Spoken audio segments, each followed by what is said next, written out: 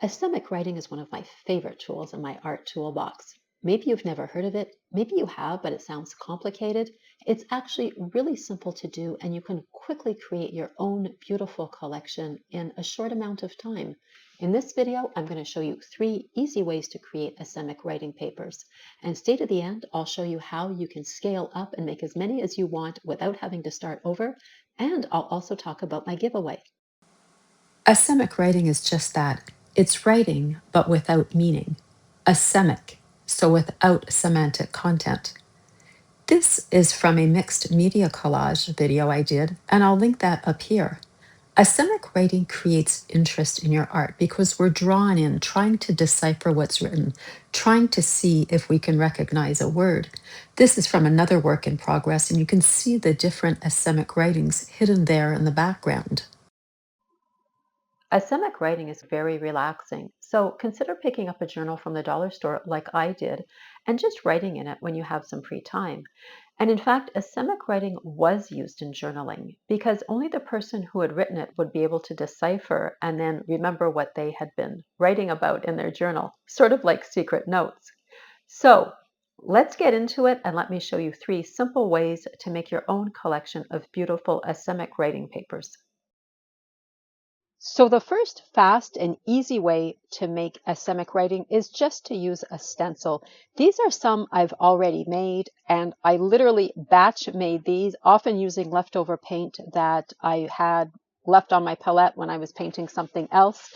This is from Vintage Antique Letters for Collage video I did. I'll try to link that up in the corner. I'll try to remember to link that up in the corner. But this was using a stencil and a piece of, this is sketchbook paper that I just painted the background. This was another sheet of sketchbook paper, and I just grabbed some leftover. I was working with teal and grabbed my stencil and just went over that with a roller. This is some black and white on book pages. Oh, another interesting stencil here, polka dots and lines. But this is the ASEMIC writing stencil. You can tell I have 2 or 3, actually I think I have 4 different ones. They came in a set, and I'll put that down in the description. I did these with a roller.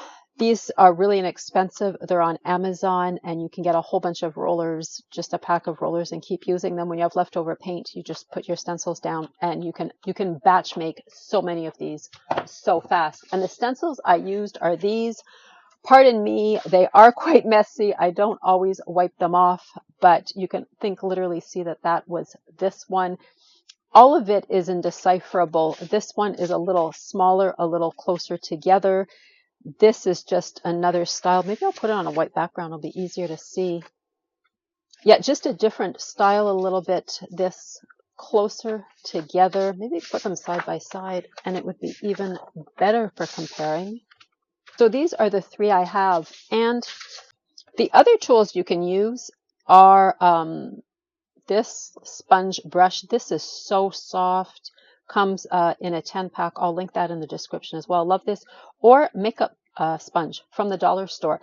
These are really, really great. And in that Antique Letters collage, this is what I used because you can get a nice faded effect. Like when you do write in old ink and it would fade out. I'll do a little bit on my copy paper. No, let me use my coffee paper. And I do have a video on how I made this. I will link that as well. This is also super easy to make, and you can batch make this. So I just start by dabbing this brush.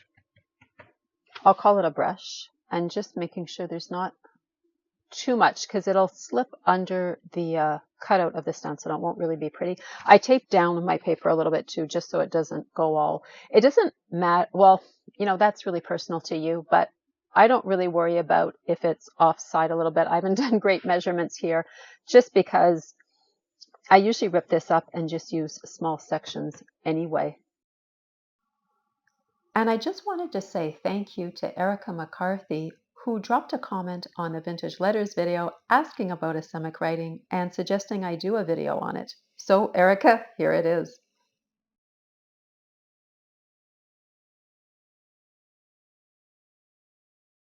So you can see I'm kind of random with this because I like when it has a faded effect to it. And again, that'll be completely up to you. Let me just check this off. This is really nice. See, so like if I were writing with an ink pen. So darker in spots, lighter in other spots, and it just has a lovely effect.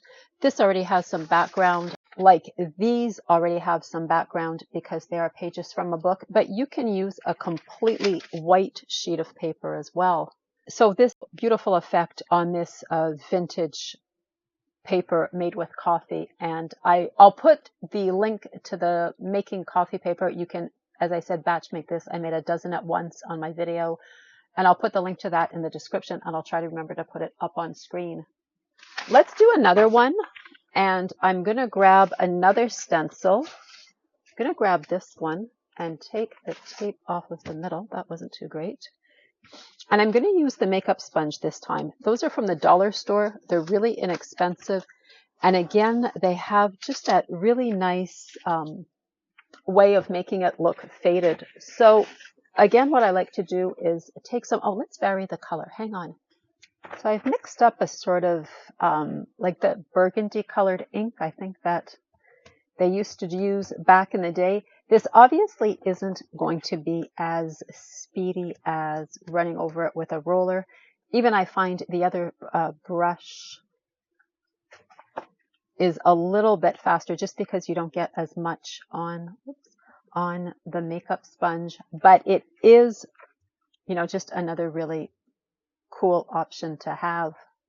Once you get the feel for it, you don't always have to tap it on your paper. Usually after a while, you can just eyeball how much is on your sponge. I find another trick, and I did that with the brush, is I just start where there isn't really any opening to see if there's too much, and then I can stamp it down. Okay, so let's look at this. And sometimes I like to just, I have to wear gloves. I always think, no, I won't make too much of a mess this time. I won't wear gloves. Ha ha. Again, really, really nice effect. My paint, I don't dilute. So it's too diluted, it'll slide under and you'll get an even more blurred effect. But again, you know, experiment with different consistencies of paint. My paint is at what you would call a soft body. So this is just on plain white copy paper. You could glaze this over. If you put it on a painting, it'll get covered over. You could already paint on it and give yourself a background. That's what I did for this vintage letter paper here. Already gave myself a background. So this is just the options you have when using stencils. The only downside of this is you're limited to the style of the stencil. Yes, you can vary the colors, you can vary your backgrounds, but this is the size and style you're going to get.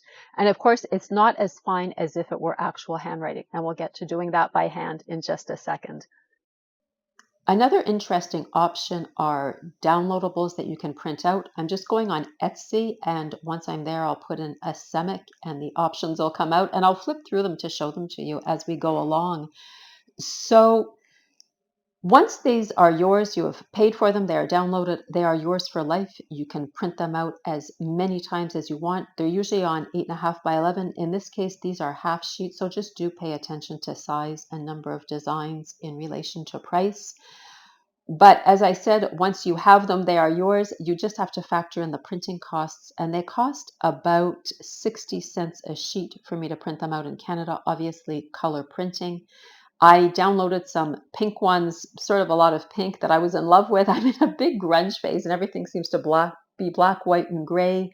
But I sort of fell in love with these, and I'll show them to you in a minute.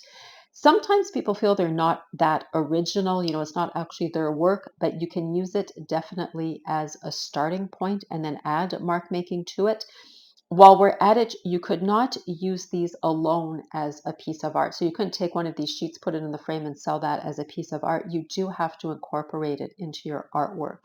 Sort of a little copyright rule there. And I do believe in one download per person. So I would not download these and print out, you know, a whole bunch of them and then show up at a workshop and start giving them out. I might show them to people and then encourage them to download their own.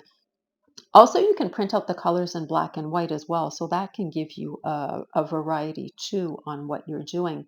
And you do see them, like I'm showing them to you up on screen. I think these are the ones I downloaded. So you do see them up on screen before, and it gives you a good idea of what you're getting.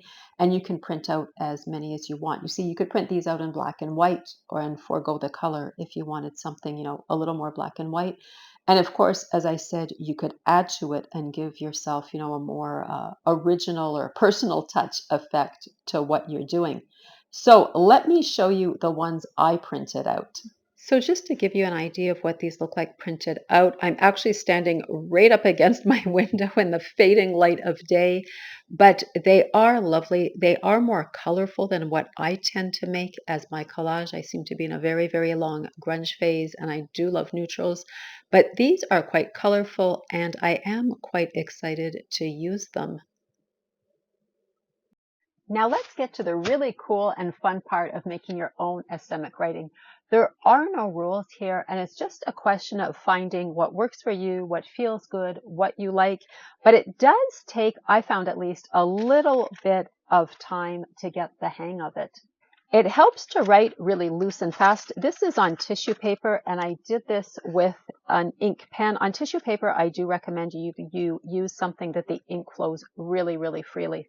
And this is the pen I used for this. It's a Bic Permanent Ultrafine. Let me do that. Am I in focus? Yes, Permanent Ultrafine in deep sea blue. And I cannot remember where I got this. I think it was either the dollar store or a stationery store.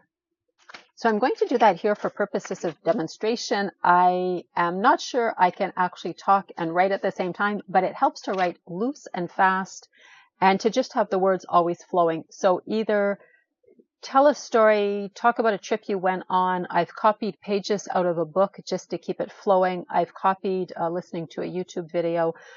But let's just say I'm going to talk about making this YouTube video. And it helps to just go along freely, quickly. Try sometimes to string words together and then like cut them in the middle. So obviously it doesn't look like actual writing. And I'm not good at this because I cannot talk and do it at the same time. So I'm going to stop talking and I'm going to write on this page.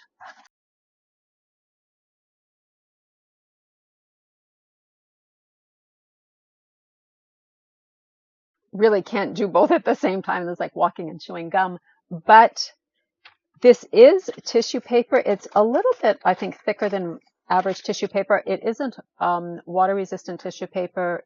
It obviously isn't medical paper or deli paper. That's another thing. But you can see you can write on it. Again, I'm using an ink pen, just something that, as I said, the ink flows really, really freely. Stringing the words together, like several words together, or cutting off in the middle of a word, it takes a bit of practice, but then, it's quite easy to do. You can also vary the size of your font. You can vary how close it is together. So I'll write a couple of lines smaller and closer together, and then I'll do some bigger ones.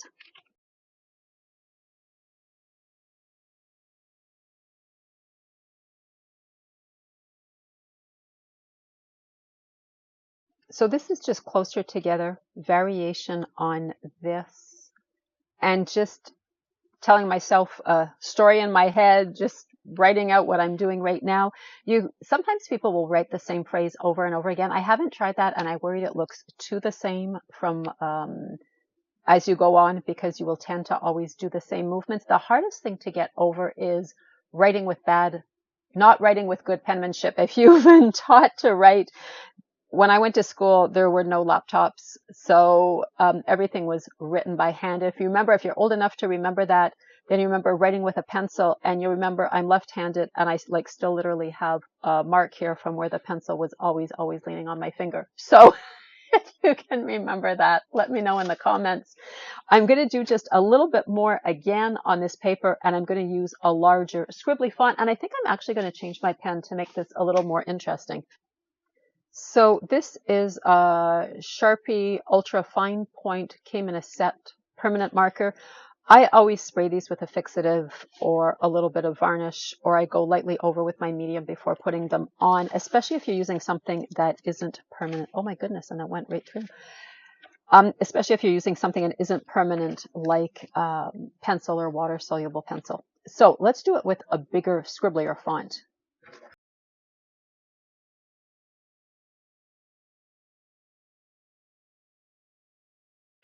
So just something a little bit bigger and a little bit more scribbly, I think. Pretty much all scribbly. But as I said, once you get the hang of it, really easy to do. It took me maybe 2 minutes to do this page. This was with this pen. And again, varying the ink, varying the size of your pen is also another really cool option to get different results. Another option you can use is writing with your non-dominant hand. And this gives like a completely different result. And I'm sorry if my hand is in the way. Everything is geared for me being left-handed. This isn't a technique I like as much because I do, for some reason, consider it tiring. Actually, I don't think it's some reason. I think it's a neurological issue because I remember reading somewhere, and my mother read a book on this ages ago about a left-handed person. I think it was a girl in the book, and they tried to switch her over, or that you were forced. I had a guidance counselor. Yeah, the person that in high school, like, you know, helps you figure out what you want to do later on in life. He was a converted southpaw and wrote with his right hand, and it was just horrendous scribble. Looked like this. Actually, it's probably a little more legible. But in this book, I remember her saying, I think my mother told me that because I was the only left-handed person in my family, even on both sides of the family, on my father's side, my mother's side. Wow, I'm telling you a big whole story here. But this girl actually had, she'd get blurry vision, she'd get headaches because they literally would tie your hand behind your back to make sure you didn't use your left hand. It was considered whatever the devil's side the devil's side or the bad side. Interestingly, let me continue on my tangent. In Italian, left is sinistra, from where we get sinister, and right is dextra, where we get dexterity. So you can see what that was all about right out the gate. So anyway, that was my little story for this video. Maybe there will be others. So yeah, I don't really enjoy this, and the good thing is I'm not trying to self-correct and write properly because it's just pretty hard to do anyway quickly. If I tried to write very slowly, I probably could. I could manage to write my name, but that's it. Another option, though, feels so better, much better to be back here, is to do this with your eyes closed. So again, I'm going to demonstrate. I won't be talking at the same time as I'm doing this. The lines might run into one another, though, so let us be mentally prepared for that to happen.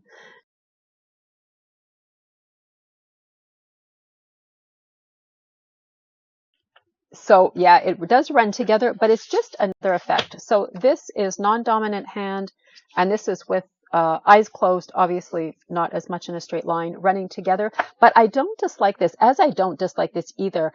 This does not at all look at writing. This is almost more in the scribbles and squiggles category. So this, you might be drawn to it more thinking, oh, I can make out, is that a word? Is that the, what, maybe. This, you really cannot make out anything. As this, with my eyes closed, maybe a little bit more, you could think you're making something out.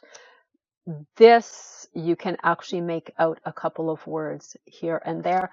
But again, not enough to make sense of anything, just enough to draw people into your artwork and intrigue them. Okay, last demo using something really huge. This is a Molotov empty paint pump marker. I do have one that I bought. Woo, wow. Already filled. This is black. Haven't used it yet. Wow, thought I did. This is black just because I get a lot of questions and like to give you all the details. This is a refill that I bought. You can use it right out of the container. It does go quite fast. It's already dripping down the side. Always ready to go. This one I actually made a mistake. I thought I was buying pure black. It is a metallic black, but it gives this beautiful grayish silver color when it's finished. So I'm going to write super big. This was wrapping paper from an Amazon delivery. So just flattened it out a little bit. Okay, let's try this.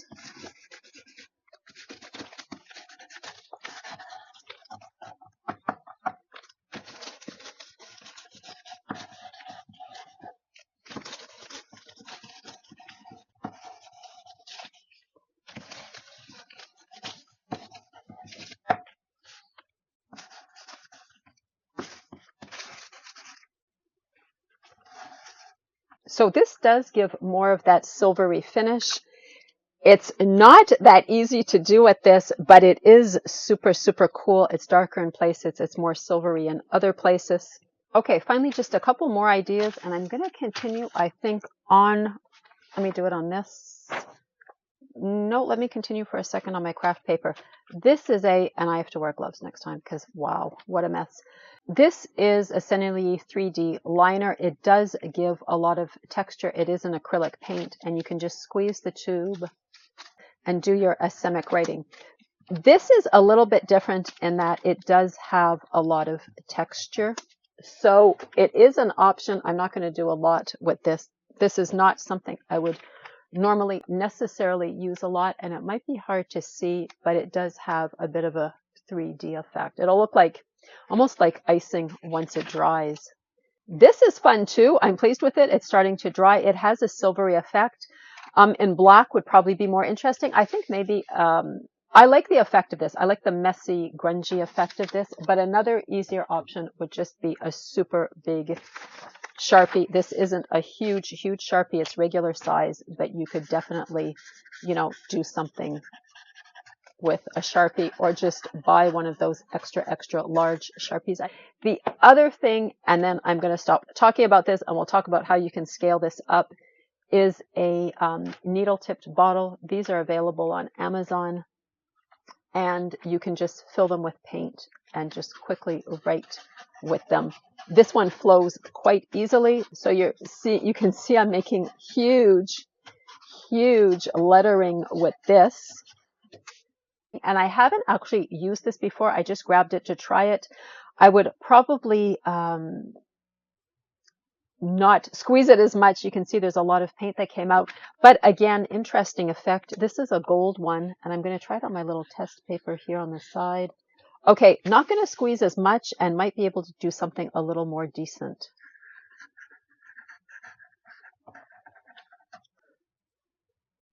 And just in case you're wondering, this is the fixative I use. Winsor Newton.